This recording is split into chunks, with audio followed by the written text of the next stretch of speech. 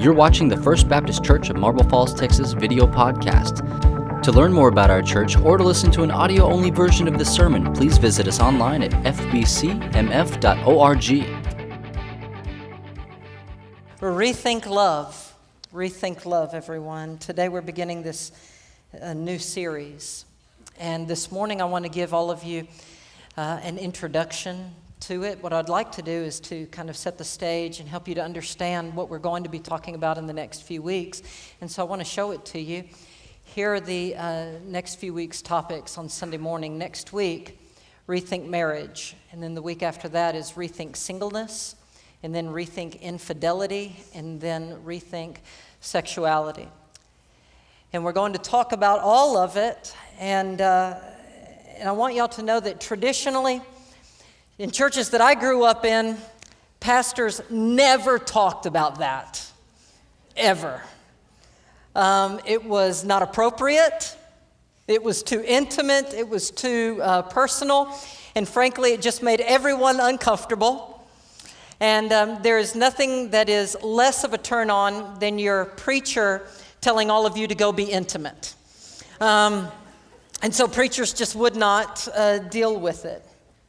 But can we all agree with these three things? Number one, that all four of those things are very, very biblical. Can we start there? That marriage is all in the Bible. Singleness, the Bible talks about singleness. The Bible talks a lot about infidelity. And the Bible talks an awful lot about sexuality as well. Can we agree there? And if the Bible talks about that, then probably we should too. Second thing, can we all agree on this? That our relationships are the most important thing in our life. Everything else in your life can begin to cave. You can get fired from your job. Things go badly. But if you and your spouse and you and your kids and your relationships are strong, you can make it, right? But if that starts to go south, then even if you're a multimillionaire and everybody thinks that you are great, but if your spouse is in the middle of leaving you and your marriage is not doing well, then it doesn't matter. You're not doing well, right? So if relationships are the most important thing in our life, then it leads to this last thing, and that is, can we also agree that often we are not great at those relationships? There are moments when we are not the husbands that we need to be, and that wives, you may not be the wives that God has called you to be either. And case in point, about how in our country we don't do a very good job with love, and how in our country we are not good with relationships, is that I read that there was this hack of a website that is dedicated, and the only reason that it exists is to help people who are married to have an affair with somebody else. It's called Ashley Madison.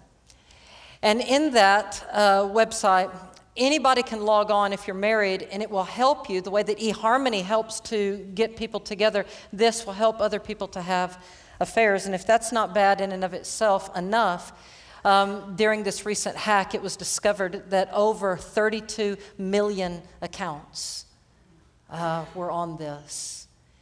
That's a lot. That is a population the size of Texas looking for and trying to have affairs and commit adultery. With a population so big as that there's a very good chance that with almost 600 people in this room and 300 people in the first service, there's a very good chance that there's somebody here in this room that probably has been on that website, or you've been on something very similar. So my point is this, that with that kind of thing going on, we are not always good at relationships. And because of that, I don't think it should be off limits for preachers to talk about this kind of stuff. Amen, y'all? Amen.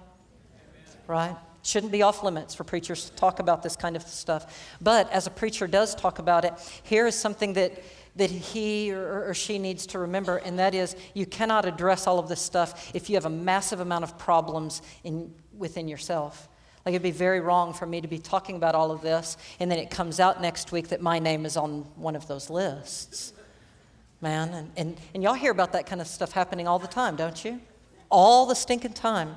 where a preacher who talked about this kind of stuff, and then it comes out, and he is one of the people who's going out and doing all kinds of things that he shouldn't be doing. And so preachers need to talk about it, but also what preachers and Sunday school teachers and deacons and all of us, can we just say Christians? Let's just say that. Let's just say Christians need to be careful with all of these things. But it can't be. In our Sunday school classes and in our Bible studies, these topics cannot be off limits. We really need to talk about them because they're in our eyes. It is a huge temptation for every single person here.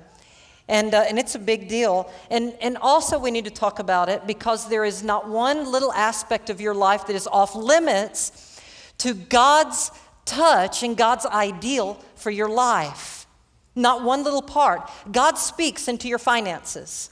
God speaks into your work and your relationships and your intimacy. Yes, your sexuality. Yes, God speaks, and there is not one single part of your life that God doesn't take, flip around, turn upside down, and address in His Word and in the Holy Spirit.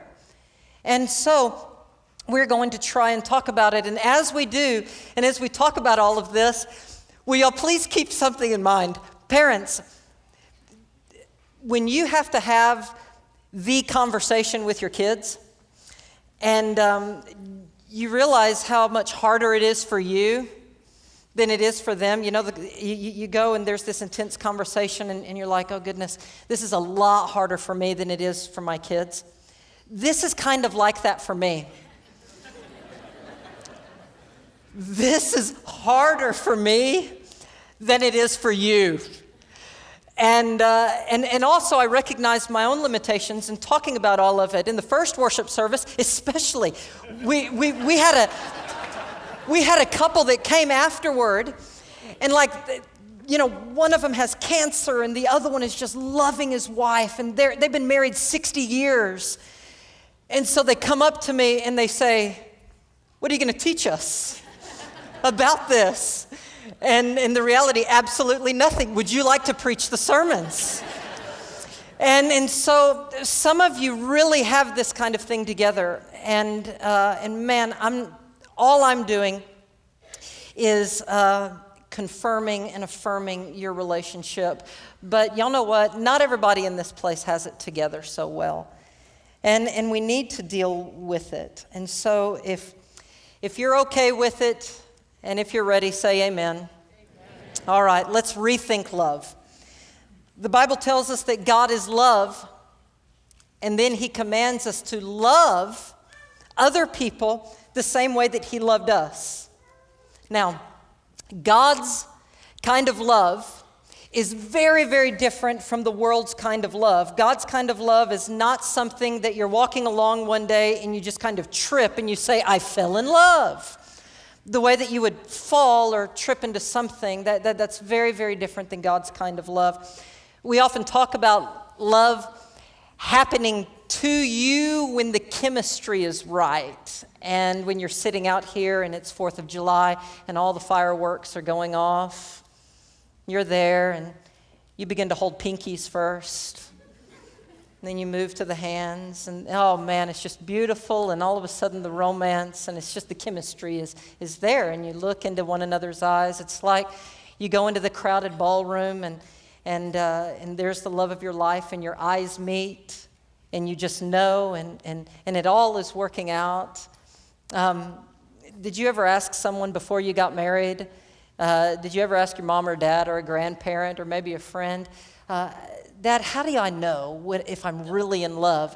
And here's what they always say. They said, when you meet the right person, you'll just know. Well, boy, that really helps a lot, doesn't it? No, it doesn't. It doesn't help at all. In fact, it's a lot more complicated than that. The Bible makes it clear that God's kind of love is not romantic love. It's not it. God's kind of love is something you do deliberately, intentionally. That's love. God's kind of love for us. And the kind of love that we're supposed to have for our spouses is not primarily a feeling. It's what we need to call a covenant. Did you know here in our church, we don't sign marriage licenses anymore issued by the state. We sign what's called marriage covenants. Covenant love is what I'm going to be talking about here. A covenant love is a godly kind of love. It's a Christian love. And in fact, a Christian love oftentimes is in direct opposition to how you feel at the time.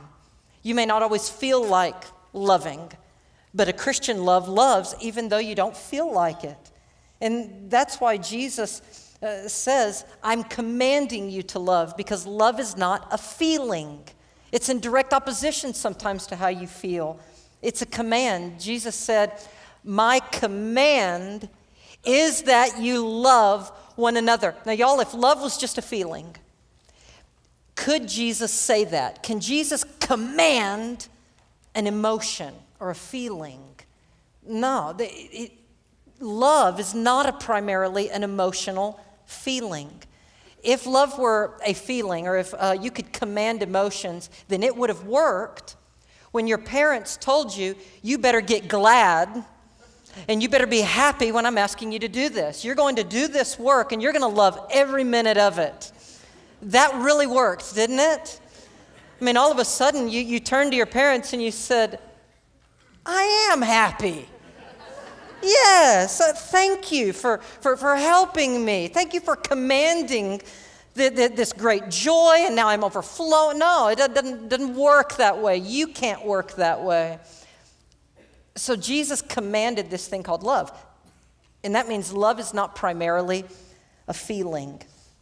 You can't command it. When Jesus commands you to love, it must be something different than an emotion, which means that God's love is not something that happens to you. God's kind of love is something that you do. My old preaching professor told all of us, he said, boys, if you fall into love, then you're going to fall out of love. You don't fall into these things. Love is not something that just kind of happens. You choose it, and it's deliberate. It's intentional. And I've tried to counsel sometimes with couples, both newlyweds and oldyweds, and they have come and they have said things like, well, we used to be in love, and now it's just not there anymore. And that's what I'm criticizing. I think that's what the Bible is criticizing as well. Godly love is something that you choose with a covenant with somebody. It takes a lot of hard work, and you do it intentionally. You will it to happen. And you grit your teeth and you say, I'm going to do this no matter what. I'm going to love this person. And you decide what you are going to be. It means more about you and what you decide than it does about the other person. And the Righteous Brothers tried to sing about the opposite kind of love. You remember the song, you've lost that love and feeling. Everybody. Whoa, that love and feeling. You've lost that love and feeling. Now it's gone, gone, gone. All right, men. Whoa, whoa, whoa. Bottom, bottom. Nice. It's a great song. We all loved it when Tom Cruise did it. But you see the problem, right? The problem is when the feeling is gone, gone, gone, the relationship will be gone, gone, gone too. And if you don't want somebody to treat you that way, if you don't want somebody to look at you and say, I just am not into you today. I'm not excited about this today. The feeling is just not there. And for them to say, so I don't care to love you. If you don't want your spouse to treat you like that, then will you please make a covenant to not treat them like that? That you're going to love them no matter how you feel. Now, when I say that God's love is not primarily a feeling, I don't want you to misunderstand. I'm not saying that God's love is void of emotion. There's emotion all in this.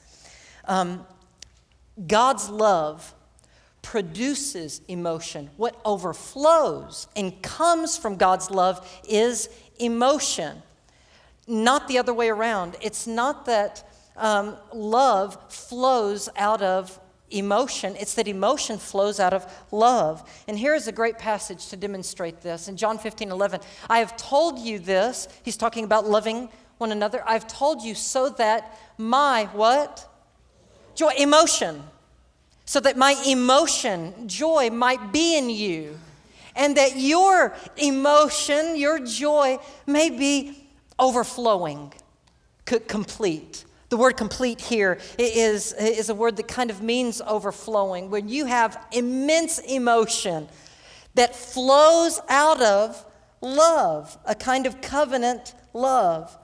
And when you covenant to love people, no matter what, no matter how you feel, then what will happen is the feeling will come. The joy's going to happen. The romance is going to happen. But romance and joy are something, and the emotions that come from love flows out of a covenant love, but not the other way around. Okay, so let's talk about this emotion here for just a second. Why do you suppose that love brings emotion? And if a perfect love and if a covenant love brings the good emotions like joy and romance, things like that, let's reverse it for a second. What do y'all think that counterfeit or messed up or twisted love will bring? Earlier we read 1 John chapter 4:18, and it said this, that there is no fear, that's an emotion, in love. But perfect love, covenant love, casts out the emotion of fear. So you have two choices. You can have covenant love, and the emotion that's going to happen with that is joy and romance and intimacy and closeness and all of those things. But if there is another kind of love, and it's a twisted love and a bad kind of love, then you're going to have an emotion with that too. But the emotion that's going to come is terror and fear. Real covenant love brings the emotion of joy, but fake love brings the emotion of fear. But it is all emotional. It is highly emotional. Love is going to produce one or the other with you. If you choose in a moment of difficulty with your spouse to not love them unconditionally, and if you are not in a moment of giving of yourself to them, then what is going to happen is in the middle of that, you're going to have a time of fear. In the middle of that conflict, you're going to start to be scared, and you might even say things that you wish that you wouldn't have said. Fear is what comes from a twisted kind of love. If you choose to sleep with somebody that you should not sleep with, joy and romance are not going to be the emotions that you get. Fear will be the emotion that you get from that. If you choose to lust over somebody that you shouldn't lust over, fear is what's going to happen, because that's not perfect love. It's twisted. And there may be a little bit of excitement that happens just for a little while with twisted love, but what will happen is that kind of excitement is going to turn against you very, very quickly, and you're going to start to be very fearful after a very short amount of time in that twisted love relationship. Fear is what's going to dominate you. You're going to be fearful to be completely vulnerable with this other person because it's based on a twisted love and not a covenant love. Fear of being vulnerable, and you should be able to be vulnerable with people. If you go through your life and you're never ever vulnerable and you always have to kind of have a mask and keep a distance from everyone, eventually you're going to wind up an empty shell of a person if you can't ever experience vulnerability. But twisted love will send so much fear into your life that you can't be vulnerable. Twisted love makes people so scared that they're going to be found out, fearful, always checking their cell phones, having to erase stuff all the time. People going onto their computer and they're so scared that somebody's going to find out, and let me erase it, and your hands are just trembling. Man, that happens. It's fearful.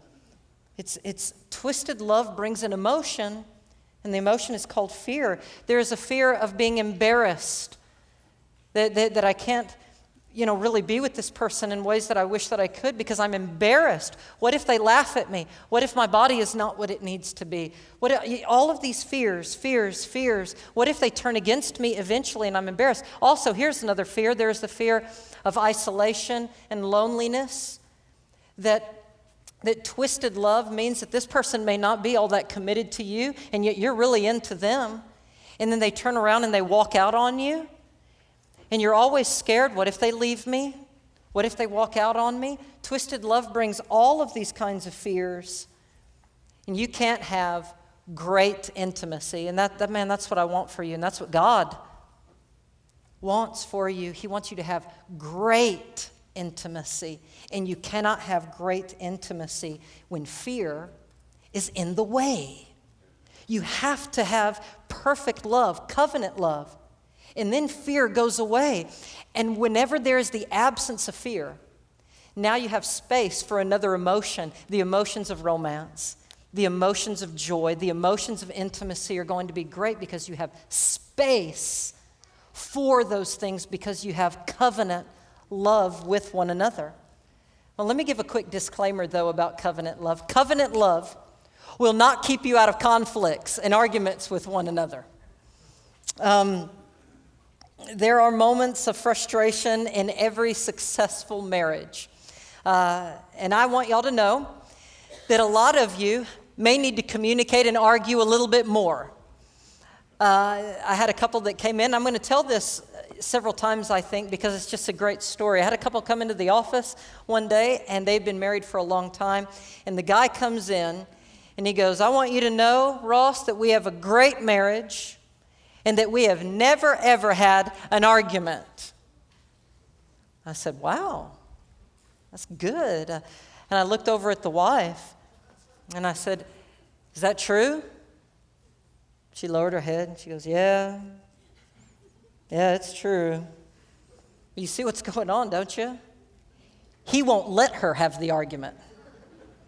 Anytime she brings up the argument or something that they need to talk about, he leaves the room. Or he says, we're not going to talk about that. We're not going to argue about that. You be quiet, and we're not going to deal with that. And then he has the audacity to come to me and say, we never argue. They need to argue. There are things she needs to get off her chest, and there are things he needs to be. Here's what it comes down to. He's just not a good communicator. And he's so terrified of the issues that he rejects her ability to be able to speak and to talk. Y'all, we all have arguments. Now, Megan and I don't. We have intense moments of fellowship. That's what it's called in our house. No, of course, we have them. We've had a lot of arguments, and we've argued over family. Is that one for you guys, family? Here's what's happening on my side of the family. She doesn't like it. Let's talk about your family. Let's talk about schedules. Let's talk about let's have a good discussion here about work and family commitment. Argument. But let me share with y'all this. We've been married over 16 years. There has never been one single argument in all of those years where we have raised our voices and yelled at one another, or we have called one another names, or when after the argument was over where we went away and I thought, oh man, I regret so much calling her that or saying that to her. And she has never, ever called me anything like that. There's never been a moment in the heat of anything where I said, you are acting like a total witch. Never. Partly I'm too scared to do that. And I will have you know that I'm the absolute boss of my house, though.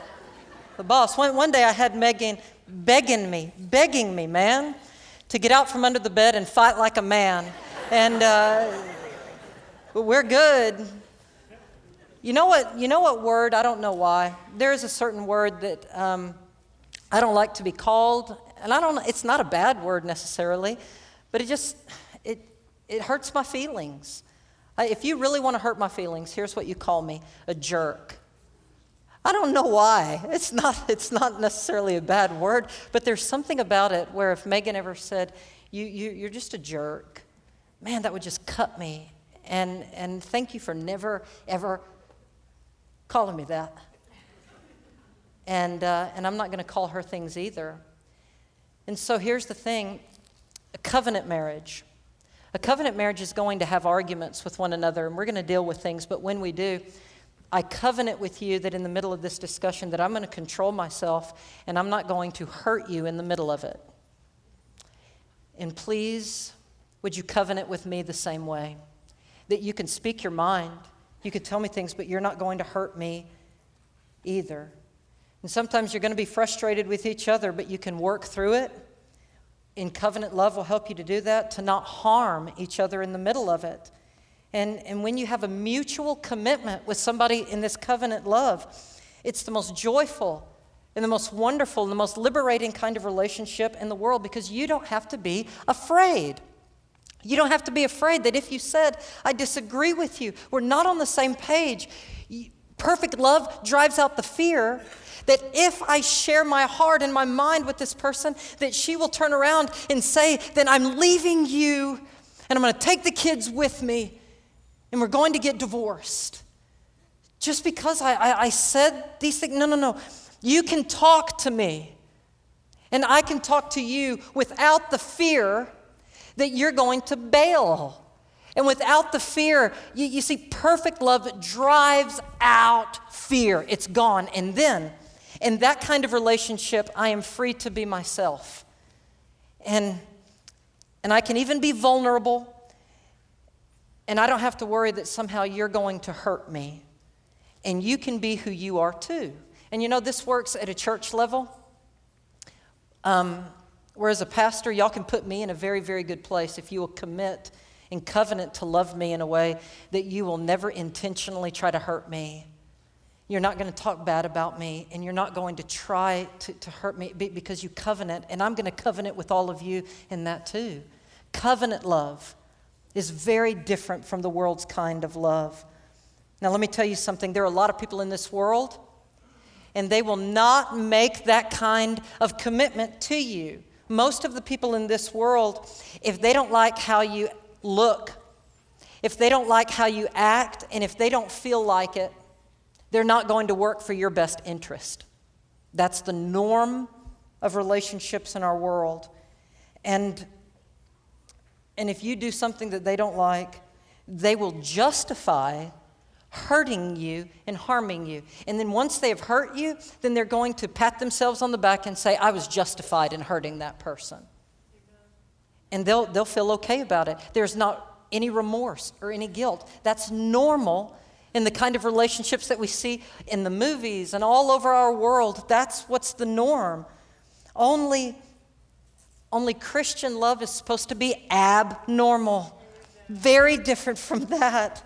Y'all, we're not going to be the norm. And let's say that we applied this concept of a covenant love at a macro church level. There was a man named Martin Copenhagen, and he started talking about this kind of love. And so here's his quote. He said this: is there someone in this church, don't say amen here, is there someone in this church you can't stand? Is there someone who has betrayed you or disappointed you or offends you or angers you? Keep going. Someone you don't want to have anything to do with or just grates on you. If there is not yet such a person here for you, you need to draw closer. Because it is when we have encountered people that we would not normally choose to associate with. It is then that we have the chance to become more than just another pleasant gathering of congenial people. It is then that you have the chance to become a what? Church. Covenant love within a church. Choosing to love. That is the power of God. That is the power of God saying, do you see the man on the cross?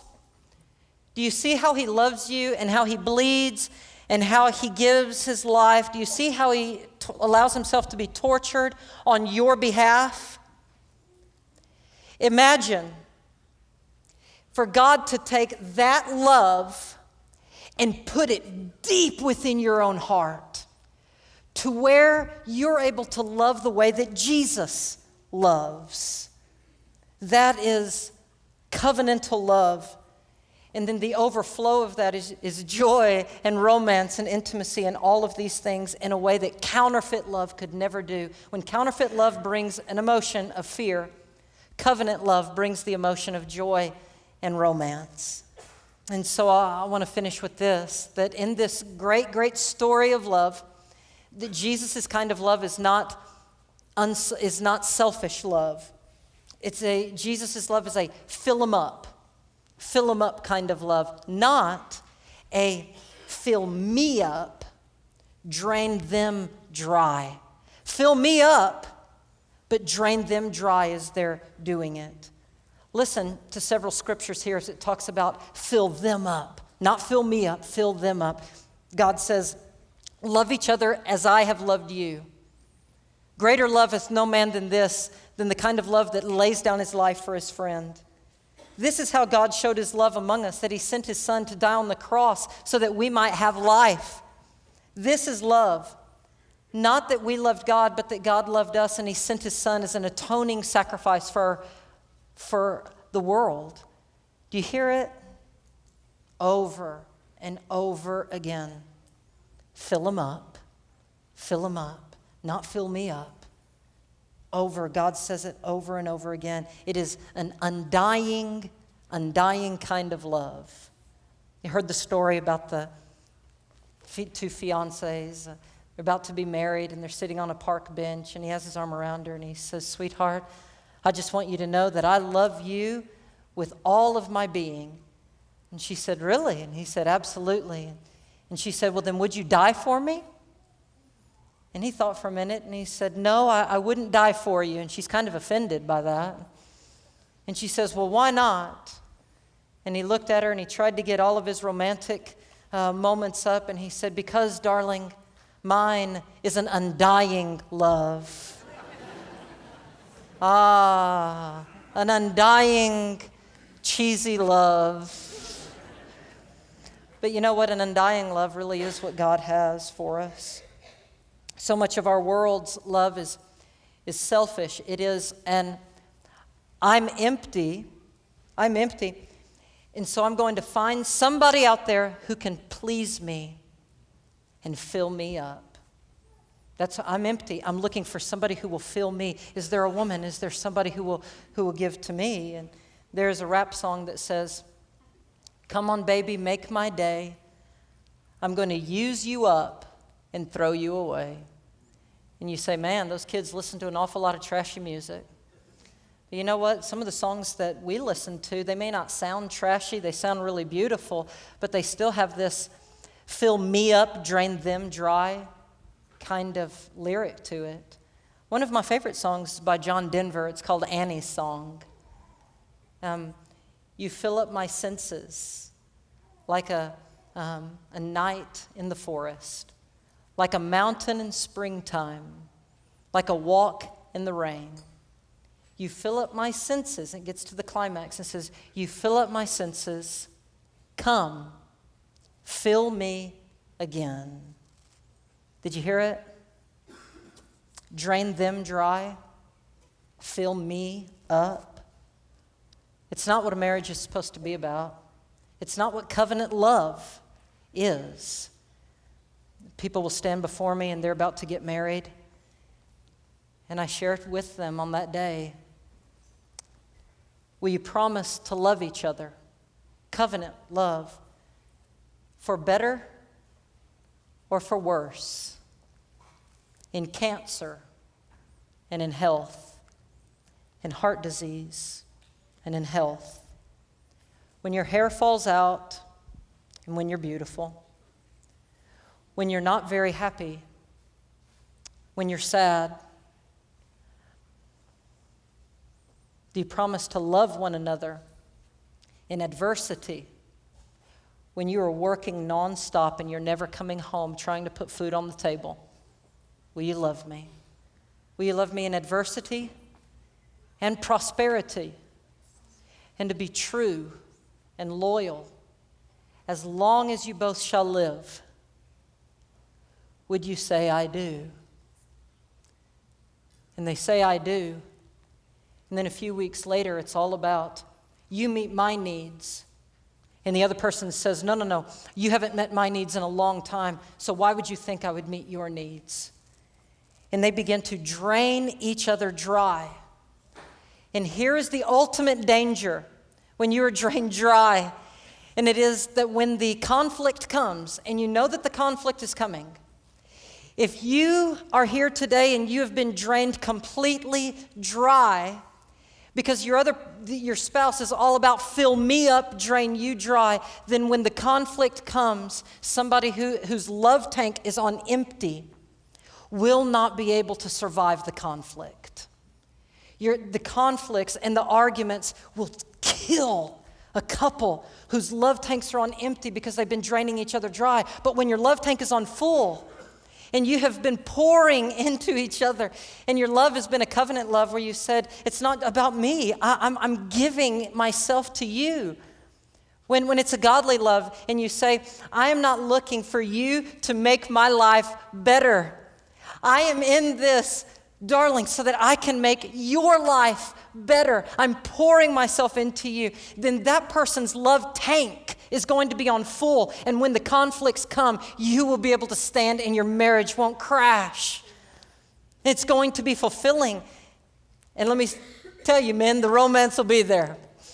The intimacy, the love, the joy, all of these things, the emotion is going to come when you pour yourself into them. At a church level, when people tell me, Ross, I love our church, and I'm so glad that I'm a member here. Let me say that I'm thankful. Nothing could make me happier than when people say they love our church. But occasionally when somebody says to me, Ross, I love our church, I have to wonder what they mean by that. When you say you love your church, do you mean that you love the preaching? Do you mean that you love the music? Do you mean that you love the Sunday school or youth? Or what do you mean by that? Because if it is only how the church is filling you up, I'm sorry, I just don't know that kind of love will last. But if you mean by, when you say I love my church, if what you mean by that is I'm sacrificing and I'm giving and I love what I am bringing to this, then that will last. And it will be great because it's in giving and it's in pouring your life out for someone else that you're loving like Jesus Christ.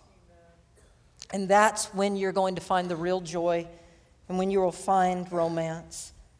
But y'all, if it's just a matter of loving what you are getting out of someone, it's not going to last very long because eventually they're going to let you down and your emotions aren't going to be there. And guess whose fault it will be? Man, it'll be yours. Don't set up your spouse for failure. Don't set up people for failure. You decide who you are going to be, and you give a committed, covenantal kind of love. I know that when Jesus Christ was talking about loving, he is not talking about a drain them dry kind of love. He's talking about a fill them up kind of love. And so this morning, and for the next 5 weeks, would you commit with me to rethink love? You've been watching the First Baptist Church of Marble Falls, Texas video podcast. Be sure to check back each and every Monday for new sermons by visiting us online at fbcmf.org.